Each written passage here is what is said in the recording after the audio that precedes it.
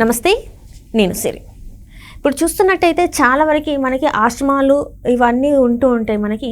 అయితే అక్కడ ఇప్పుడున్న మరి ఏమైందో అధికారులకు తెలియదు, కానీ సడన్గా అక్కడికి వెళ్ళి అక్కడున్న ఏదైతే వసతి గృహాలు ఉంటాయో వాటిని అయితే కూల్చివేయడం జరుగుతుంది. ఇది ఏంటంటే కాశీ నాయని ఆశ్రమం దగ్గర ఏవైతే వసతి గృహాలు ఉన్నాయో అవన్నీ కూడా అధికారులు అయితే కూల్చివేయడం జరుగుతుంది. ఎందుకు సడన్గా ఈ కూల్చివేతలు, అసలు ఏం జరుగుతుంది? అయినా వసతి గృహాలని, అది కూడా దేవుడికి సంబంధించినవి, కూల్చివేయడం వెనక గల కారణాలు ఏంటి, అసలు ఏం జరుగుతుంది? సో ఇది మనకు తెలియజేయడానికి ఈరోజు మనతో పాటు ఉన్నారు సీతమ్మ వారి కొడుకు శ్రీ లక్ష్మీ నృసింహ సేవకుడు పుత్రుడు రాఘవ సతీష్ శర్మ గురూజీ గారు. నమస్కారం గురూజీ. శుభాశీస్సులమ్మా.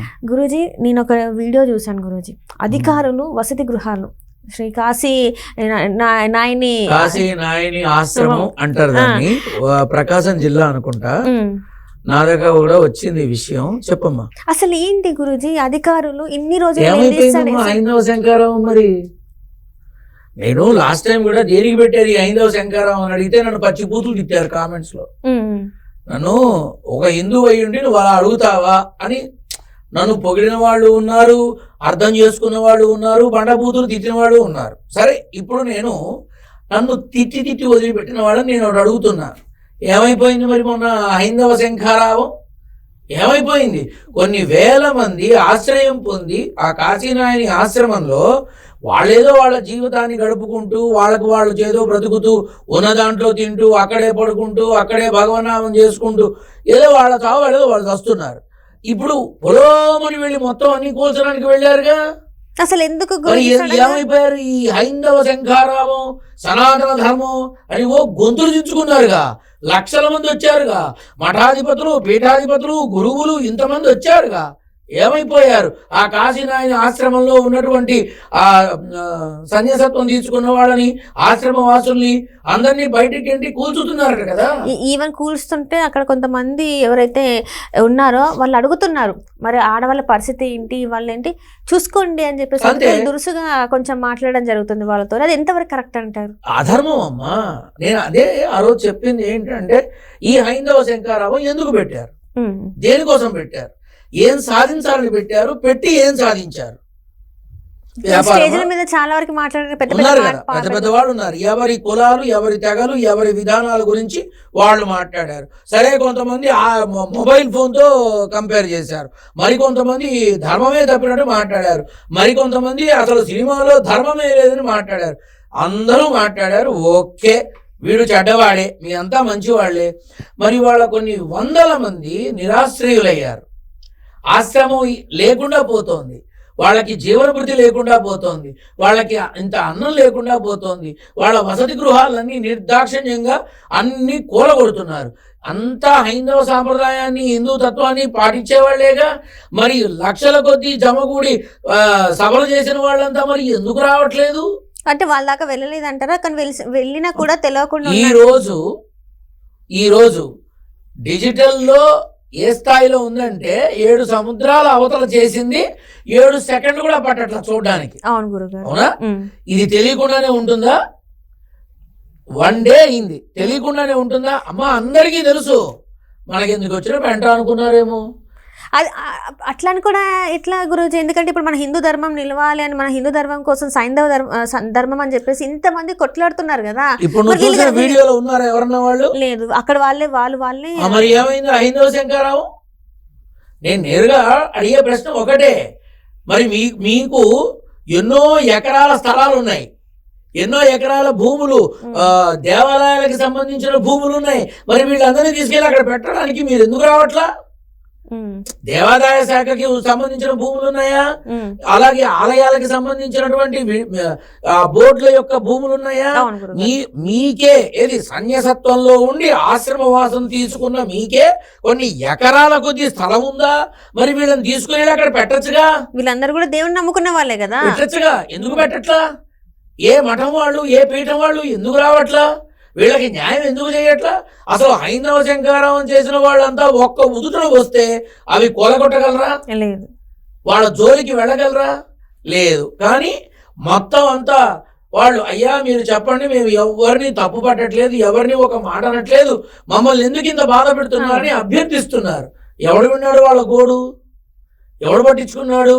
సనాతన ధర్మం మాట్లాడిన వాళ్ళు ఏమయ్యారు? హైందవ శంకారం పూరించిన వాళ్ళు ఏమయ్యారు? నేను మాట్లాడితే కోపాలు వస్తాయి, అందరికీ ఆవేశాలు వస్తాయి, నేనేం చేయలేను, నేను నిజమే మాట్లాడుతున్నా. ఇప్పుడు సనాతన ధర్మం హైందవ ధర్మం అని మాట్లాడిందంటే మరి రాజకీయ నాయకులు కూడా చాలా మంది అందరూ మాట్లాడారు కదమ్మా. సినిమా వాళ్ళు మాట్లాడారు, రాజకీయ నాయకులు మాట్లాడారు, వ్యాపారస్తులు మాట్లాడారు. ఏమైపోయారు వీళ్ళంతా? ధర్మం తప్పింది సినిమాలో అని అన్నాడు, పేరు మర్చిపోయా, అనంత్ శ్రీరామ్ గారు అన్నాడు. మరి ఇక్కడ ధర్మం తప్పి కూలగొడుతున్నారు. ఏమైపోయింది హైందవ ధర్మం? ఎక్కడికి వెళుతున్నాం మనం? ఇదే నేను ఆ రోజు అడిగింది. అందరం కలిసి గుమ్ముగూడి గట్టిగా మాట్లాడుకొని మనకి మనమే చప్పట్లు కొట్టించేసేసుకుంటే ధర్మం నిలబడదు. ఎక్కడ ధర్మం యొక్క రక్షణకి అవసరం అవుతుందో అక్కడ మన ప్రాణం పడంగా పెట్టాలి.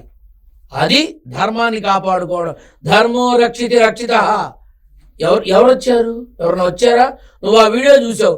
పాపం బాధపడుతున్న స్వాములు, అడుగుతున్న పోలీసు యంత్రాంగం వారు తప్ప ఎవరన్నా ఉన్నారా? ఏమైపోయారు ఈ లక్షల మంది? ఇప్పుడు మరి పోలీస్ యంత్రాంగం ఏం చేస్తారు? ఆర్డర్స్ వచ్చినాయి, చెయ్యాలి. చేయకపోతే వాళ్ళ ఉద్యోగాలు పోతాయి. వాళ్ళని ఎందుకు తప్పుగా అనుకోవడం? అంతే. ఎవరు చేశారో వాళ్ళని అనాలి. అంటే ఇక్కడ చూస్తే ఒకటి పొలిటికల్ గా చూసుకున్నట్టయితే మరి పవన్ కళ్యాణ్ గారు చెప్తుంటారు, గుళ్ళల్లో ఇప్పుడు ఏదైతే కొన్ని జరిగినప్పుడు చాలా వరకు మాట్లాడారు, సనాతన ధర్మం గురించి మాట్లాడారు. మరి ఇప్పుడు దీని మీద స్పందించే అవకాశం ఉందంటారా, లేకపోతే చూసి చూడనట్టు వదిలేస్తారంటారా? స్పందిస్తారా స్పందించరా నాకు అనవసరం. స్పందిస్తే బాగుంటుందని ఆశపడుతున్నా. జరిగి ఆల్రెడీ చాలా సేపు అయింది, అంటే అయిందేమో తెలియదు, గడిచిపోయింది. ఇప్పటిదాకా ఎవరు స్పందించట్లా. ఒక కళ్యాణ్ బాబే కాదు, కళ్యాణ్ బాబుని ఇప్పుడు కళ్యాణ్ బాబు స్పందిస్తే బాగుంటుందని ఆశపడుతున్నా. సరే, ఆ మనిషి ఒక్కడేనా? ఇంక మిగతా వాళ్ళు లేరా? చాలా మంది ఉన్నారు కదా. ఏమైపోయారు? ఓ అమ్మ, ఆంధ్రప్రదేశ్ లో ఉన్న మఠాలు ఎక్కడా లేవు, ఉన్న పీఠాలు ఎక్కడా లేవు. అందరు ఇక్కడి నుంచే స్ప్రెడ్ అయిన వాళ్ళు. ఏమైపోయారు వీళ్ళంతా? మొన్న డయాస్ మీద ఉన్నారుగా 100 మంది, చాలా మంది ఉన్నారు. మరి వాళ్ళు ఎంత ఏమైపోయారు? ఇదిగో మా దగ్గర 10 ఎకరాల భూమి ఉంది, రండి మా దగ్గరికి. ఎందుకనట్లా? 10 ఎకరాల వరకు కాకపోయినా కొంతమంది ఎందుకనట్లా? మాకు ఇంత పెద్ద ఆశ్రమాలు ఉన్నాయి హైదరాబాద్, శంషాబాద్ దగ్గర, రండి మా దగ్గరికి. ఎందుకనట్లా? మీకు దేనికి లోటు ఉండదు, రండి మాతో. ఎందుకనట్లా?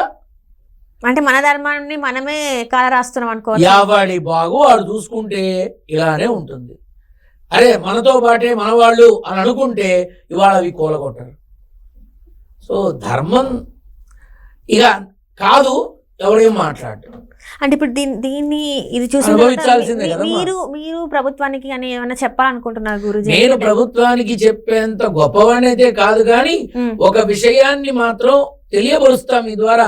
అది ప్రభుత్వమే కాదమ్మా, హైందవ శంకారం పూరించినటువంటి మహామహులందరికీ, ధర్మం తప్పిపోతోంది అని బాధపడేటటువంటి దైవ స్వరూపాలకి అందరికీ నేను చెప్పేది ఒకటే, హిందువు ఎవడైనా హిందువే. అడుక్కు తినేవాడైనా, సన్యాసి అయినా, మధ్యతరగతి వాడైనా, కుబేరుడైనా, ఎవరైనా హిందువే అనే భావన ఉంటే ఇవాళ వాళ్ళకి నిలువ నీడపోతోంది, తినడానికి తిండి పోతోంది, ఉండడానికి ఆవాసం పోతోంది.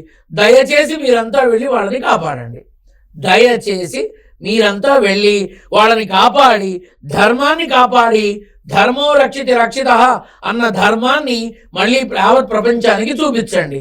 నిరాశ్రయులైపోయారు, వాళ్ళని ఓ కంట కనిపెడితే బాగుంటుందని నా మనవి.